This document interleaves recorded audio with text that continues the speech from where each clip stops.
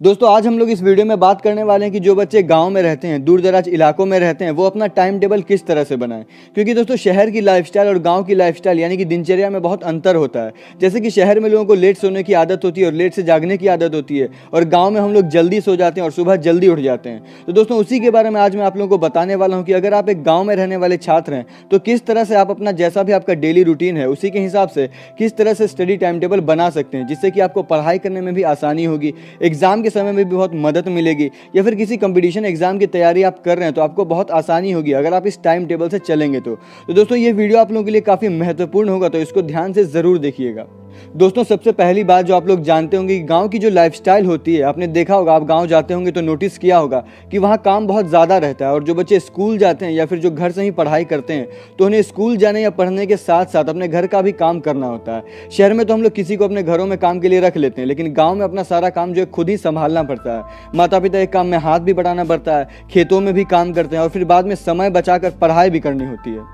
तो गांव के बच्चे काफ़ी मेहनती होते हैं, और उन्हें एक सही दिशा दे दी जाए तो बिल्कुल गांव के छात्र भी काफ़ी अच्छा करके दिखाते हैं। और दोस्तों आप लोगों ने न्यूज़ चैनल्स पे और पेपर में भी देखते होंगे कि किसी गांव के लड़के या फिर लड़की ने आईएएस का एग्जाम पास कर लिया, या कोई अफसर बन गया, या फिर किसी बहुत ही ऊंचे पोस्ट पर पहुंच गया, तो उनमें आपने एक चीज़ देखा होगा कि उनके पास क्या है या फिर किसी और के पास क्या है, मतलब कि किसी दूसरे के पास कितनी सुविधाएं हैं। इन सारी चीज़ों को भूल कर उन्होंने सिर्फ अपने काम पे और अपनी पढ़ाई करने की ओर ही ध्यान दिया, जिस कारण कि उन्हें सफलता हासिल हुई। और दोस्तों ऐसे कई लोग हैं जो आज इतने बड़े पोस्ट पर हैं, और वो भी आपकी तरह गांव से ही थे। तो आखिर उन्होंने ऐसी कौन सी पढ़ाई की या फिर किस तरीके से पढ़ाई की कि जो उन्हें इतनी तरक्की मिली। तो दोस्तों सबसे पहली बात कि उस लेवल तक पहुंचने के लिए सबको एक जैसी ही पढ़ाई करनी पड़ती है, मतलब कि एक ही चीज़ सभी पढ़ते हैं, लेकिन फ़र्क पड़ता है कि आप किस तरीके से पढ़ाई करते हैं। कहने का मतलब कि आपके पढ़ने का टाइम टेबल किस तरह का है। तो दोस्तों मैं आपको बता दूं कि जब भी आप सुबह उठते हैं, चाहे 5 बजे उठते हैं या फिर 4 बजे उठते हैं या फिर 3 बजे उठते हैं, तो बिल्कुल उठने के बाद आपको मुंह हाथ अच्छे से धोकर पढ़ाई करने में बैठ जाना है। और दोस्तों कोशिश करें कि आप 2-3 घंटे सुबह बिल्कुल अच्छे से पढ़ाई करते हैं। और अगर आपको सुबह में समय नहीं मिल पाता है तो उस समय आप जो भी काम करते हैं, जैसे कि स्कूल जाना या फिर कोई घर का ही आपको काम हो, तो उसको खत्म करने के बाद, स्कूल से आने के बाद आप पढ़ लिया कीजिएगा। और दोस्तों यहाँ पे आप कोशिश करें कि आप दिन में ही अच्छे से पढ़ाई कर लें, मतलब कि सूरज की रोशनी खत्म होने से पहले। क्योंकि दोस्तों हम सभी लोग ये जानते हैं कि आज भी गांव में उतने अच्छे से बिजली नहीं रहती है, मतलब बिजली की समस्या होती है, कुछ समय के लिए आती है और फिर चली जाती है, और कोई गारंटी नहीं है कि रात में भी रहेगी ही। और अगर आपके पास रात में पढ़ाई करने के लिए कोई सुविधा है तो बहुत अच्छी बात है, लेकिन बहुत से ऐसे बच्चे होते हैं कि जिनके पास नहीं होती है। तो रात के लिए कुछ भी ना छोड़कर कोशिश करें कि आप दिन में ही समय निकाल कर स्कूल से आ जाने के बाद या फिर काम वगैरह खत्म करने के बाद आप पढ़ाई कर लें। तो अगर आप दिन में ही अच्छे से समय निकाल कर पढ़ाई कर रहे हैं तो फिर रोशनी की कोई दिक्कत आपको नहीं होगी। तो आप सुबह उठकर 2 घंटे या फिर 3 घंटे, अगर आप स्कूल जाते हैं तो स्कूल जाने से पहले 4 बजे से उठकर 4 से 6 पढ़ लिया करें, और स्कूल से आने के बाद अगर आपके पास समय बचता है तो भी आप पढ़ाई कर लें। कहने का मतलब कि आपको दिन में ही पढ़ाई कर लेनी है, ताकि रात की चिंता आपको ना रहे कि बिजली रहेगी या फिर नहीं रहेगी। और दोस्तों जिन छात्रों के पास संसाधन है वो स्कूल से आ जाने के बाद अपना जो भी काम है, जैसे कि गांव में हमारे पास काफ़ी सारे पशु भी होते हैं, खेत में भी जाना पड़ता है, तो आपके पास अगर रोशनी की सुविधा है तो फिर आप रात में जो आराम से अपनी पढ़ाई कर सकते हैं। दोस्तों हमेशा याद रखिए कि चाहे आप कितने ही बिजी हों, आपको इसी 24 घंटे के अंदर ही पढ़ाई का समय निकालना पड़ेगा।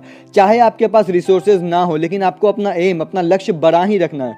क्योंकि दोस्तों पेपर एक जैसा ही आता है, सभी के लिए समान होता है, और जो कोचिंग नहीं जाते हैं या फिर खुद से पढ़ाई करते हैं या फिर सेल्फ स्टडी करते हैं, वो लोग भी एग्जाम में काफ़ी अच्छा करके दिखाते हैं। क्योंकि पेपर भी ऐसे लोगों के लिए ही सेट किया जाता है जिनके पास कि अपना खुद का नॉलेज होता है, जो सेल्फ स्टडी करते हैं। तो आपको अपना एम जो है बड़ा रखना है। और दोस्तों टाइम टेबल यहाँ आपको इस तरह से बनाना है कि आप दिन भर में किस समय क्या क्या करते हैं उसकी एक लिस्ट बनाइए, और देखिए कि सारे कामों को छोड़ने के बाद, मतलब कि स्कूल, कॉलेज या फिर जो भी आप काम करते हैं उसको छोड़ने के बाद आपके पास कितना समय बचता है। और दोस्तों अपने सारे कामों में पढ़ाई का समय 4 से 5 घंटे आपको बचाने हैं, मतलब कि 4-5 घंटे आपको पढ़ना है। और अगर आप दिन में अगर 4-5 घंटे भी पढ़ते हैं तो भी आप जो अच्छा कर सकते हैं। तो एक लिस्ट बना लीजिए कि सुबह उठने के बाद कितनी देर पढ़ाई करनी है, स्कूल से आने के बाद कितना पढ़ना है, और कोशिश करें कि आप दिन में ही पढ़ाई करने का समय निकाल सकें।